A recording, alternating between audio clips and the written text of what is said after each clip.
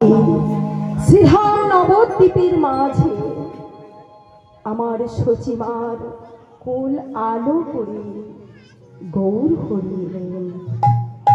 গৌর হরি এলেন এই নদিয়ার মাঝে আমাদের মতো জীবকে উদ্ধার করবার জন্য। গীতায় ভগবান অর্জুনকে বলছে, অর্জুন আমাকে বারে বারে পৃথিবীতে যেতে হয়। বাবা আসে না, ভগবান বারে বারে আসে না। ছোট্ট একটা প্রমাণের কথা বলি। এই যে 2 বছর 3 বছর আগে 20 সালে লকডাউন, করোনার লকডাউন হয়েছিল তো, করোনাতে বাবা দেখুন না অন্যান্য দেশে অন্যান্য রাজ্যে যে মানুষের মৃত্যুর হার বেড়েছে, কিন্তু আমাদের ভারতবর্ষ তার তুলনায় অনেক কম, তাই না? আমাদের ভারতবর্ষে কিন্তু অত মানুষ যায় না। কেন বলুন তোমার? কারণ এই ভারতবর্ষের মধ্যেই আছে আমার গৌর হরি। দেখুন না, পুরীধাম জগন্নাথ বলরাম সুভদ্রা রয়েছে, তাই না? অযোধ্যায় রামচন্দ্র ত্রেতা যুগে এই ভারতবর্ষের মধ্যেই কিন্তু। আবার দেখুন দ্বাপর যুগে কৃষ্ণচন্দ্র বৃন্দাবনে, সেটাও কিন্তু ভারতবর্ষে। আবার নবদ্বীপে আমার গৌর হরি এলেন, এটাও কিন্তু ভারতবর্ষে। তাই ভারতবর্ষের মানুষ গৌর হরি, আমরা কি তোমাকে ভুলে যাব? না না, কখনোই তোমাকে ভুলব না। তাই ভগবান কৃষ্ণ অর্জুনকে বলছে, জানো অর্জুন, আমাকে বারে বারে পৃথিবীতে যেতে হয় মাত্র 3টি কারণে। পরিত্রাণায় সাধুনাং বিনাশায়শ্চ দুষ্কৃতম ধর্ম সংস্থাপনার্থায় সম্ভবামি যুগে সম্ভবামি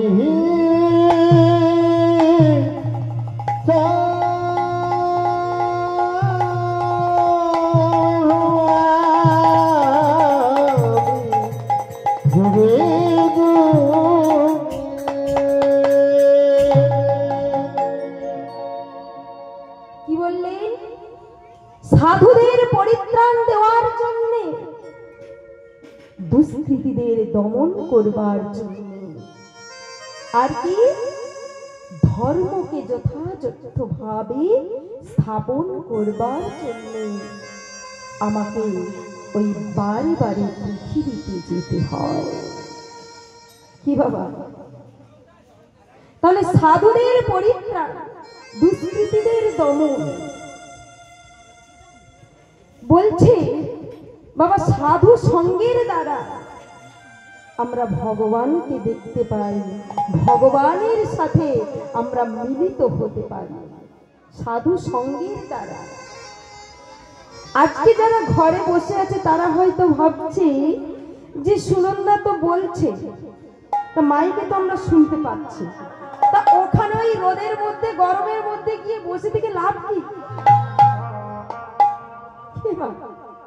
বলবে রোদ গরম, অত গরমে বসতে পারবো না, মাইকে তো শোনা যাচ্ছে। কিন্তু মা, শোনা যাচ্ছে ঠিক কথা, কিন্তু এই সঙ্গটা কি পাবে না?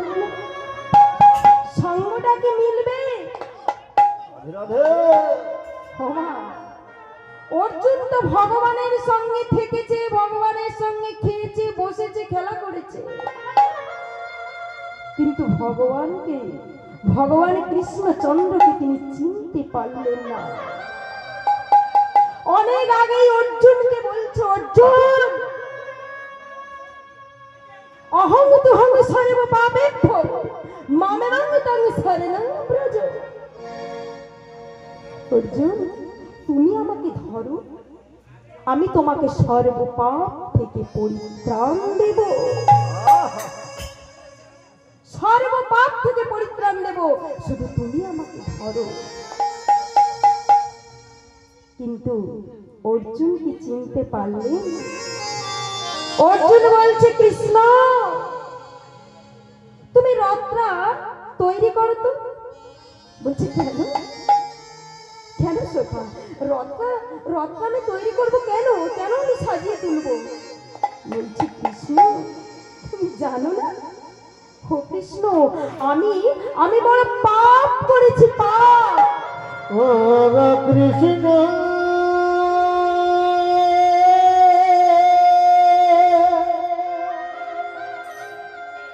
ও কৃষ্ণ, হরি হরি বল, হরি হরি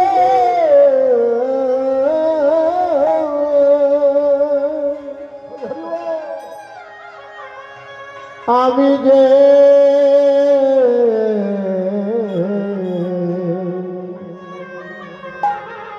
পাপ করে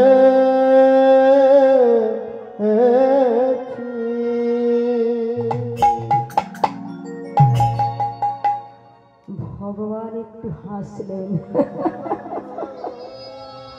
বলছি, তুমি কি পাপ করেছো? ওমা, এই হাসিটাই হলো মায়া, এই হাসিটাই হলো মায়া।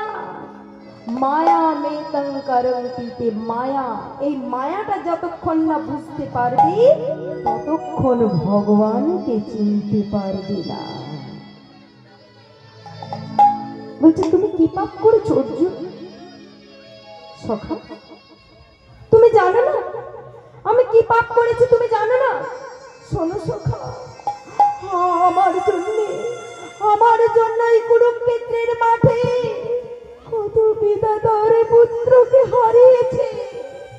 শোনো শোনো কৃষ্ণ, আমার জন্য কত মা তার সন্তানকে হারিয়েছে, আমার জন্য কত পিতা তার পুত্রকে হারিয়েছে। জানো জানো কৃষ্ণ, আমি বড় পাপ করেছি, আমি তাই ওই গঙ্গায় ডুব দিতে চাই। ওরে সখা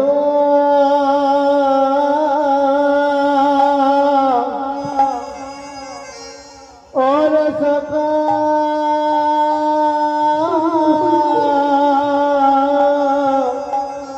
ওরে ওরে ওহো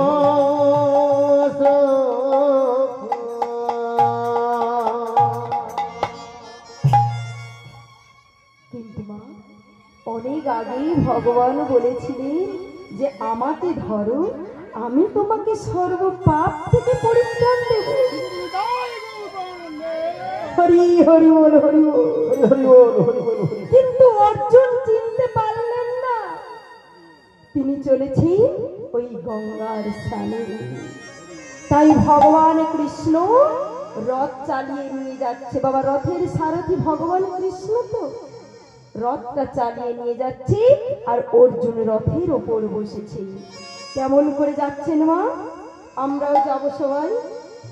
আজকে ভগবান কৃষ্ণ রথ চালিয়ে অর্জুনকে নিয়ে যাচ্ছে এই গঙ্গার পারে। কেমন করে যাচ্ছে?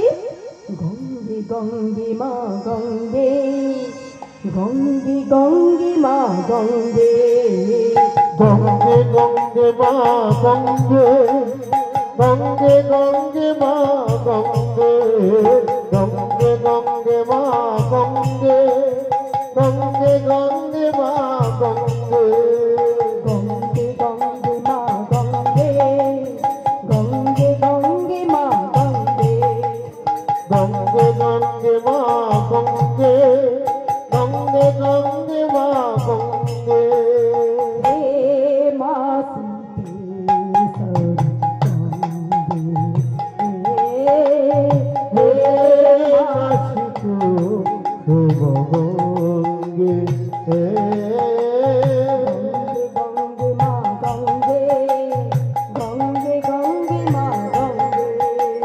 গঙ্গে গঙ্গে মা গঙ্গে, নিতাই গৌর প্রেমানন্দ গঙ্গে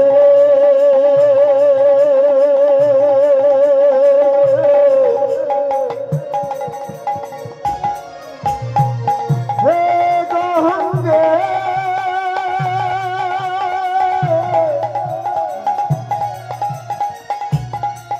হে গঙ্গে, আরে গঙ্গে গঙ্গে মা গঙ্গে, গঙ্গে গঙ্গে মা গঙ্গে, গঙ্গে গঙ্গে গঙ্গে মা গঙ্গে গঙ্গে গঙ্গে মা গঙ্গে গঙ্গে গঙ্গে মা গঙ্গে গঙ্গে গঙ্গে মা গঙ্গে। দাঁড়াও দাঁড়াও দাঁড়াও দাঁড়াও। কৃষ্ণ, তুমি রথটা এখানেই থামিয়ে দাও, আমরা তো গঙ্গার পাড়ে চলেই এসেছি। শোনো কৃষ্ণ, তুমি তুমি এই রথের মধ্যে বসে থাকো, আর আমি ওই গঙ্গায় গিয়ে একটা ডুব দেব আর ফিরে আসবো। বেশ অর্জুন, যাও তুমি গঙ্গায় ডুব দিয়ে এসো, আমি এই রথের মধ্যেই বসে আছি। বাবা, অর্জুন তো চলেছে ওই রথের থেকে নেমে গঙ্গার ঘাটে, আর এদিকে ভগবান কৃষ্ণ রথের ওপর বসে বসেই বাবা রিমোট কন্ট্রোল করছে। কি রথের ওপর বসে বসেই তিনি সবকিছু কন্ট্রোল করছেন। অর্জুন যেই না ওই ঘাটের কাছে গিয়েছে, অর্জুন চমকে উঠেছে।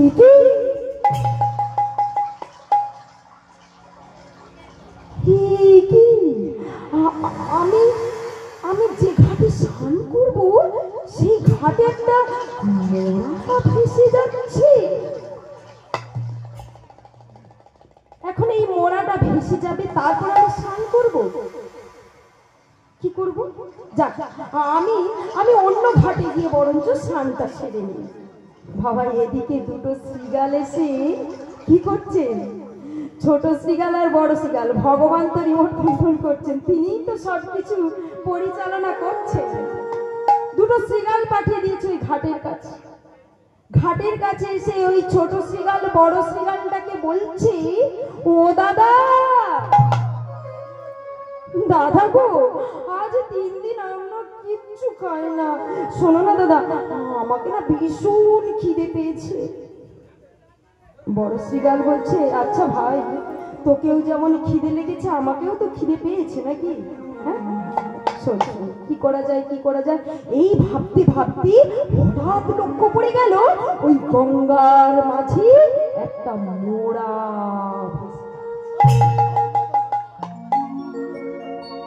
ওমা, যেই না মোড়াটা ভেসে যাচ্ছে, ছোট শ্রীগাল মুখ উঠে বলছে, ও দাদা, ওই দেখো একটা একটা মোড়া ভেসে যাচ্ছে।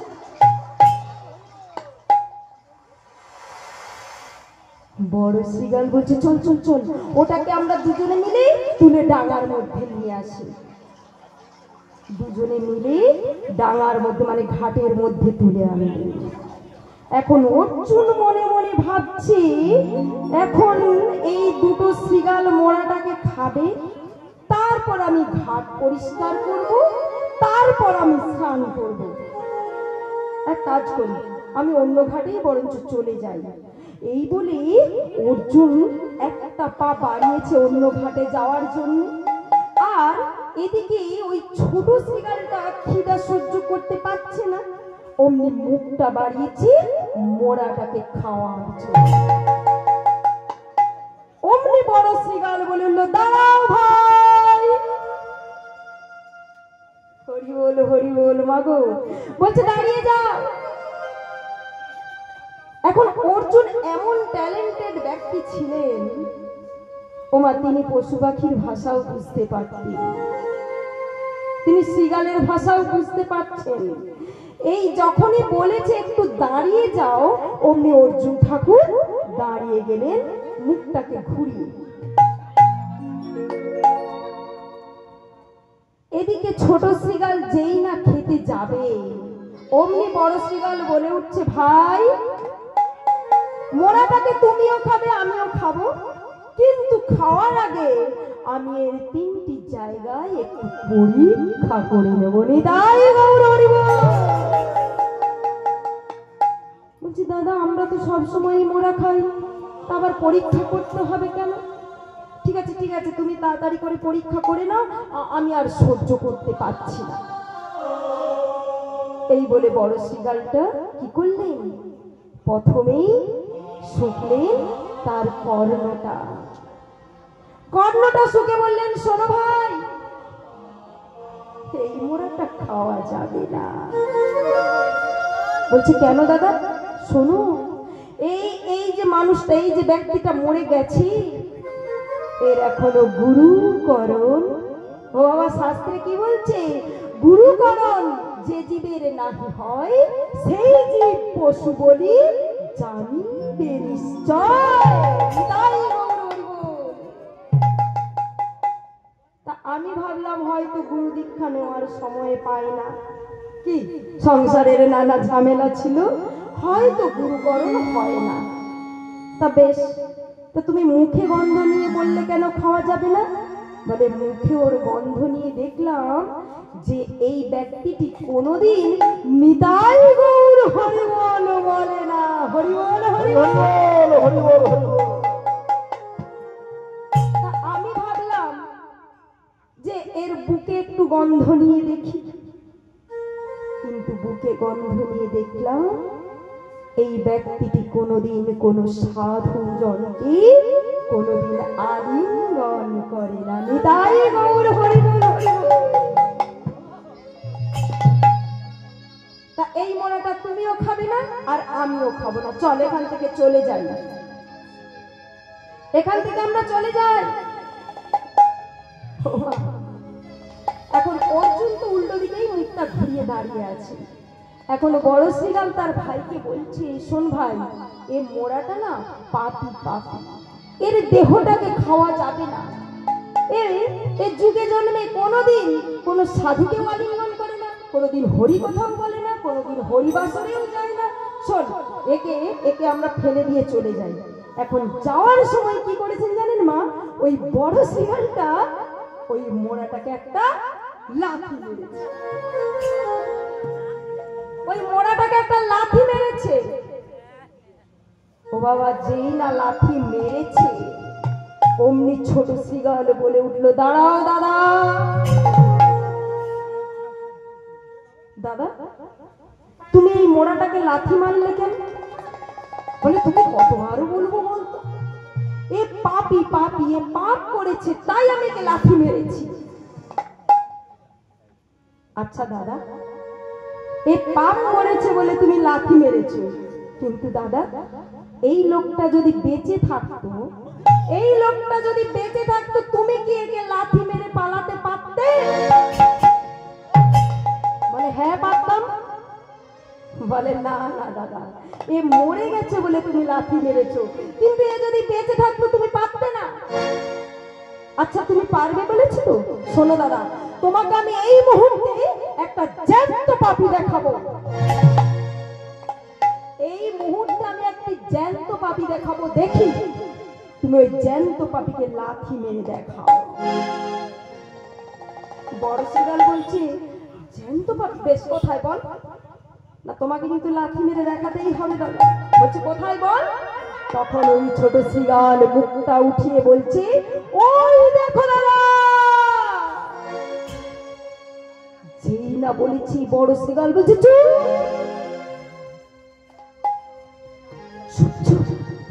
তুই কাকে জ্যান্ত পাপী বলছিস? আর তুই কাকে জ্যান্ত পাপী বলছিস? তুই কি জানিস ওকে? বলে হ্যাঁ আমি জানি। চল চল, এখান থেকে পালিয়ে চল, আমাদের রক্ষে থাকবে না। তুই কাকে জ্যান্ত পাপী বলছিস? তুই কি জানিস উনি কে? ছোট শ্রীগাল বলছে, দাদা আমি জানি উনি কে। উনি যে খানদানে জন্মগ্রহণ করেছে, উনি যে বংশে জন্মগ্রহণ করেছে, তার প্রথম পুরুষ হলো শ্রীহরি বিষ্ণু। হরে দাদা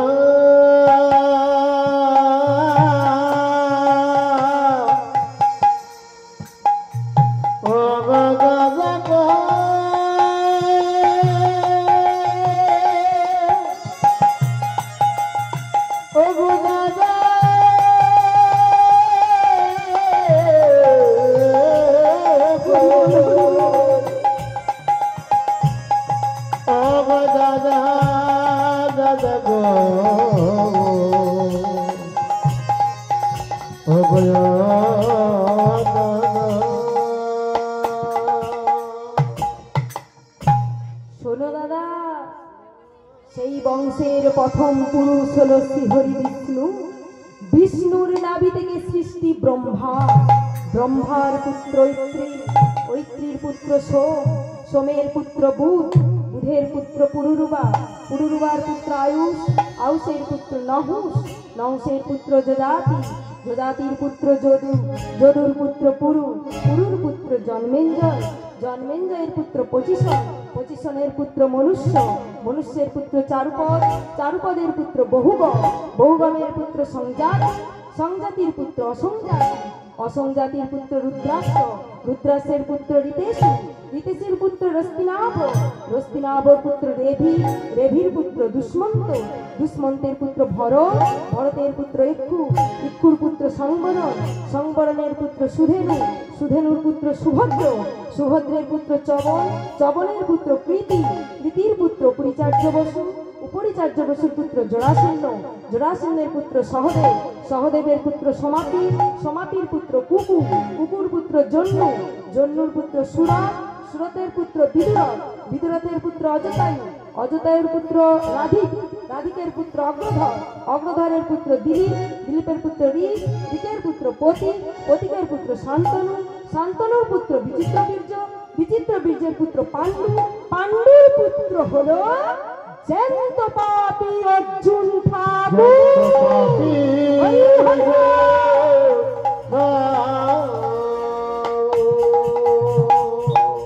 আর যে না বলেছে জ্যান্ত পাপী অর্জুন গদাটা তুলে বলছে, আজ আমি তোকে ছাড়বো না। তোর এত বড় সাহস, তুই আমাকে জ্যান্ত পাপী বলিস? আজ আমি তোকে শেষ। ছোট শ্রীগাল হাতটা গুটিয়ে বলছে, অর্জুন ঠাকুর আমাকে আপনি মারবেন তো? বেশ, আমাকে মারুন, আমাকে মেরে ফেলুন, কিন্তু আমাকে মারবার আগে আমার 3টি প্রশ্নের উত্তর আপনাকে দিয়ে যেতে হবে। অর্জুন বলছে, বেশ বল, বল তোর কি 3টি প্রশ্ন বল। অর্জুন ঠাকুর, আমার প্রথম প্রশ্ন হলো, আপনি এখানে কেন এসেছেন? অর্জুন ঠাকুর রেগে গিয়ে বলছো, রে মূর্খ শ্রীগাল, তুই জানবি কি করে আমি এখানে এসেছি গঙ্গায় স্নান করতে? বেশ বেশ বেশ প্রভু, তাহলে আমার 2 নম্বর প্রশ্নের উত্তরটা দিন। বল বল তোর কি প্রশ্ন 2 নম্বর? আচ্ছা অর্জুন ঠাকুর, গঙ্গায় স্নান করলে কি হয় গো? কি মা বলছে, গঙ্গায় স্নান করলে কি হয়? অর্জুন রেগে গিয়ে বলছো, রে মূর্খ, তুই কি করে জানবি গঙ্গায় স্নান করলে দেহটা পবিত্র হয়? বেশ ঠাকুর, তাহলে আমার 3 নম্বর প্রশ্নের উত্তরটা দিন, তারপর আমাকে মেরে ফেলুন। বল বল তোর 3 নম্বর প্রশ্ন কি? আচ্ছা ঠাকুর, আপনি যে গঙ্গায় স্নান করবেন, আপনার দেহটা যে পবিত্র হবে, আচ্ছা বলতে পারেন এই গঙ্গার উৎপত্তি কোথা থেকে? হরি হরি বল, হরি বল, হরি বল। যেই বলেছে অর্জুন আরো গালাগালি দিচ্ছে, ওরে মূর্খ, ওরে নীচ, ওরে পশু, ওরে অভদ্র, তুই জানবি কি করে এই গঙ্গার উৎপত্তি হয় গোবিন্দ চরণ থেকে? গোবিন্দ হরি হরি গোবিন্দ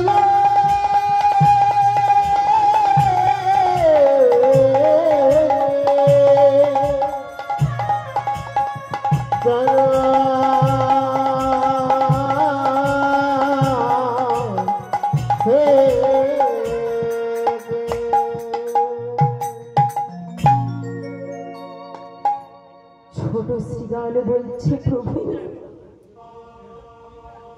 কমপক্ষে আমাকে 10 বার মূর্খ বলেছে, পশু বলেছে, এতে আমার কোনো দুঃখ হয় না।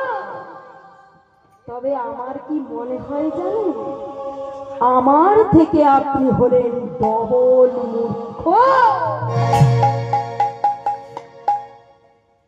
আপনি আমার থেকে ডবল মূর্খ। আপনি জানেন যে গোবিন্দের চরণ থেকে গঙ্গার সৃষ্টি, আর যে গোবিন্দ আপনার রথের উপর বসে আছে, সেই গোবিন্দের চরণ ছেড়ে আপনি এসেছেন গঙ্গায় ডুব দিতে। যেই না বলেছে, অর্জুন ঠাকুর ছোট শ্রীগালের কাছে হাত জড়ো করে বলছে, রে শ্রীগাল বাবা, কিসের দ্বারা বুঝতে পারলেন? সাধু সঙ্গের দ্বারা। সাধু সঙ্গ না করলে ভগবানকে কোনোদিন পাওয়া যায় না। তাই তো শাস্ত্র বললেন, সাধু সঙ্গ সর্বশাস্ত্র।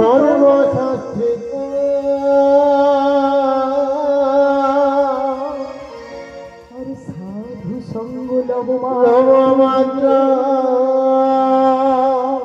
কৃষ্ণ ভক্তি প্রেম, ও না কৃষ্ণ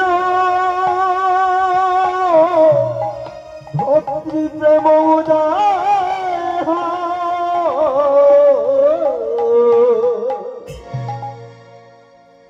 তাই মাগো, শাস্ত্র কি বললেন? যে সাধু সঙ্গের দ্বারা ভগবানকে পাওয়া যায়। আজকে অর্জুন ঠাকুর জানতে পারলেন, চিনতে পারলেন। তাই মহাজন কি বলছেন জানেন? হাসি মাখা বদনে